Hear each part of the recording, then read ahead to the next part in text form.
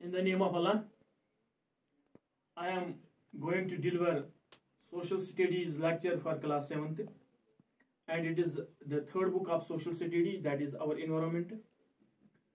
Dear students, Assalamu alaikum. You know that we are reading the fourth chapter of this book, that is air. Air is essential for we people, for everyone, because we breathe air, and all organisms. The life is possible on this planet because of air. Life is possible on earth because of air. And we know that air is a mixture of gases. All gases which are mixed and form the air. Air is mixture of gases. Mixture of gases.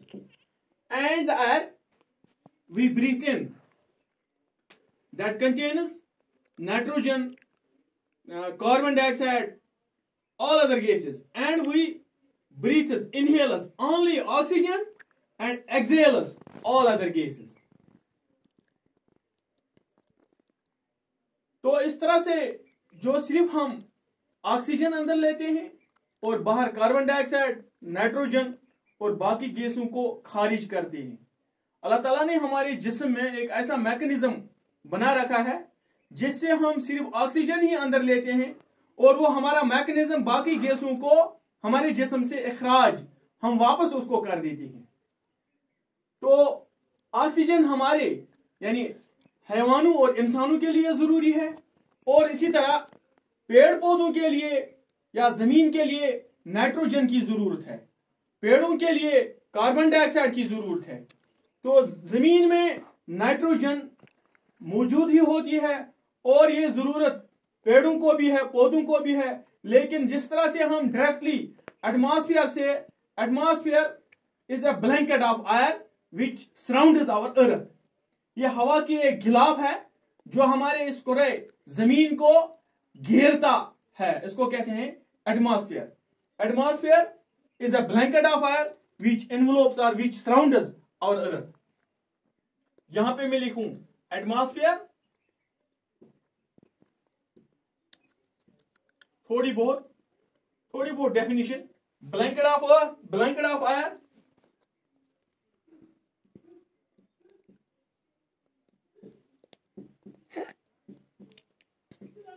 air which surrounds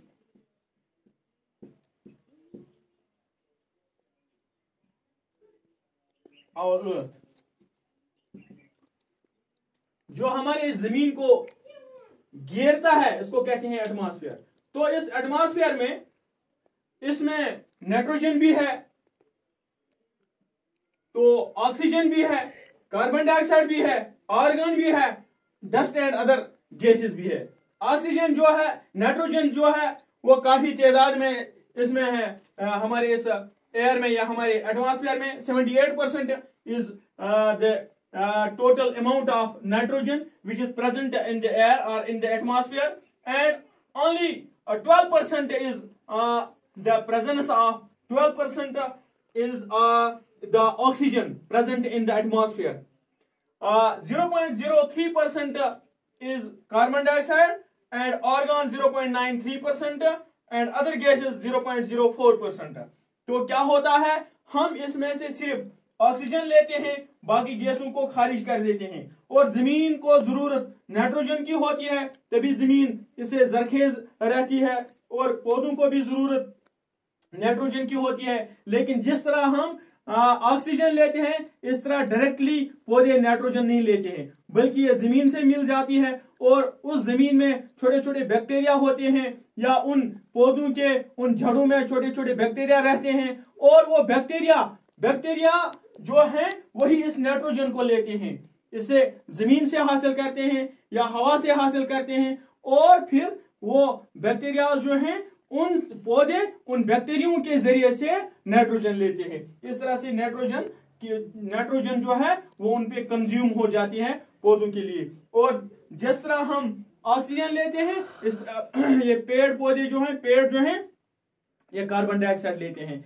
वो हमें वापस जो trees जो हैं या पेड़ पौधे जो हैं वो ऑक्सीजन तैयार करते हैं, ऑक्सीजन छोड़ते हैं और अपनी ग़िज़ा खुद तैयार करते हैं। उनको कार्बन डाइऑक्साइड की जरूरत होती है। कार्बन डाइऑक्साइड की बदौलत और सनलाइट की बदौलत वो अपना ग़िज़ा खुद तैयार करते हैं। उस अमल को फोटोसिंथेसिस कहते हैं। उनको कार्बन डाइऑक्साइड की जरूरत होती है। जब हम यहाँ से कार्बन डाइऑक्साइड खारिज करते हैं और वो कार्बन डाइऑक्साइड जज़ब करते हैं, इस तरह से ये जो ये बैलेंस रहती है, वो हमें ऑक्सीजन देते हैं और हम उनको कार्बन डाइऑक्साइड देते हैं। इस तरह से ये बैलेंस है ये बराबर कायम रहती है। और ये बाकी गैसेज जो है आर्गन 0.93% है हमारे इस एटमॉस्फेयर में, और जो बाकी गैस है 0.04% है। इस तरह से जो एटमॉस्फेयर है ये हमारे लिए, ये हर किसी जानदार के लिए बेहद जरूरी है, क्योंकि वो उसकी जिंदगी सिर्फ तभी मुमकिन है जबकि ये एटमॉस्फेयर यहाँ पे एटमॉस्फेयर की बदौलत हर किसी ऑर्गेनिज्म की जिंदगी इस कुरे जमीन पे कुरे जमीन पे हर किसी ऑर्गेनिज्म की जिंदगी तभी मुमकिन है या तब ये मुमकिन है जबकि यहाँ पे ये एटमॉस्फेयर मौजूद है। तो इससे एटमॉस्फेयर के बगैर, यानी अगर हम ये देख लें, इस तरह से जो ये नाइट्रोजन है ये काफी तादाद में हमारे इस फिजाई मुदगेरा जिसको एटमॉस्फेयर में मौजूद है, और जो सेकंड मैक्सिमम गैस जो है, सेकंड नंबर पे जो गैस आती है वो ऑक्सीजन है। Oxygen is the second most प्लेंटिफुल gas in the air. Humans and animals take oxygen from the air as they breathe. Green plants produce oxygen during photosynthesis. तो पहले ही मैं बता चुका हूँ, in this oxygen content in the air remains constant. If we cut trees, अगर हम पेड़ पौधों का बेतहाशा कटाव करेंगे तो this balance gets disturbed. तो जब हम पेड़ पौधों का बेतहाशा कटाव करेंगे तो जो हम कार्बन डाइऑक्साइड खारिज करते हैं तो उसको कंज्यूम करने के लिए कोई नहीं होता है, तो हमें जो ऑक्सीजन की जरूरत है तो वो पैदा ही नहीं होगी। इस तरह से बैलेंस डिस्टर्ब हो जाएगी। And the next after this oxygen then the third the amount of gas which is in the third position, that is carbon dioxide. Carbon dioxide is another important gas. Green plants use carbon dioxide to make their food and release oxygen. Humans or animals release carbon dioxide. The amount of carbon dioxide released by humans or animals seems to be equal to the amount used by the plants to make a perfect balance. जो हम इंसान और हैवान जो carbon dioxide release करते हैं, खारिज करते हैं, पेड़ पौधे उतना ही वो कार्बन डाइऑक्साइड कंज्यूम करते हैं। इसलिए अगर हम पेड़ पौधों का बेतहाशा कटाव करेंगे तो हैवान और इंसान जो कार्बन डाइऑक्साइड खारिज करते हैं उसको जज़ब करने के लिए कुछ कहीं पे वो जज़ब नहीं हो पाएगा। फिर क्या हो जाएगा, तो डिस्टर्बेंस हो जाएगी हमारे इस एटमॉस्फेयर में। तो उस डिस्टर्बेंस से क्या होगा, ग्लोबल वार्मिंग हो जाएगी। जब इस जमीन पे, पूरे जमीन पे जब कार्बन डाइऑक्साइड की तादाद बढ़ती जाएगी तो उसका क्या असर होगा, ग्लोबल वार्मिंग हो जाएगी। However, the balance is upset by burning of fossil fuels such as coal and oil. They add billions of tons of carbon dioxide into the atmosphere each year. As a result, the increased volume of carbon dioxide is affecting the Earth's weather and climate. इस तरह से जमीन पे जो ये weather होता है या क्लाइमेट होता है, ये किससे मुतासिर हो जाता है, कार्बन डाइऑक्साइड की तादाद बढ़ने की वजह से। तो आप लोगों को पता ही चल गया कार्बन डाइऑक्साइड की जो तादाद है ये कैसे बढ़ जाती है जब हम पेड़ पौधों का बेतहाशा कटाव करते हैं। मैं थोड़ी बहुत एक छोटी सी यहाँ पे एक फिगर दिखा दूंगा, आपको पता चल जाएगा कि ये क्या वजह है, ये कार्बन डाइऑक्साइड की तादाद जो है ये क्यों बढ़ती है। ये मैंने यहाँ पे एक छोटा सा एक पौधा बना लिया है, इसका ये है लीफ।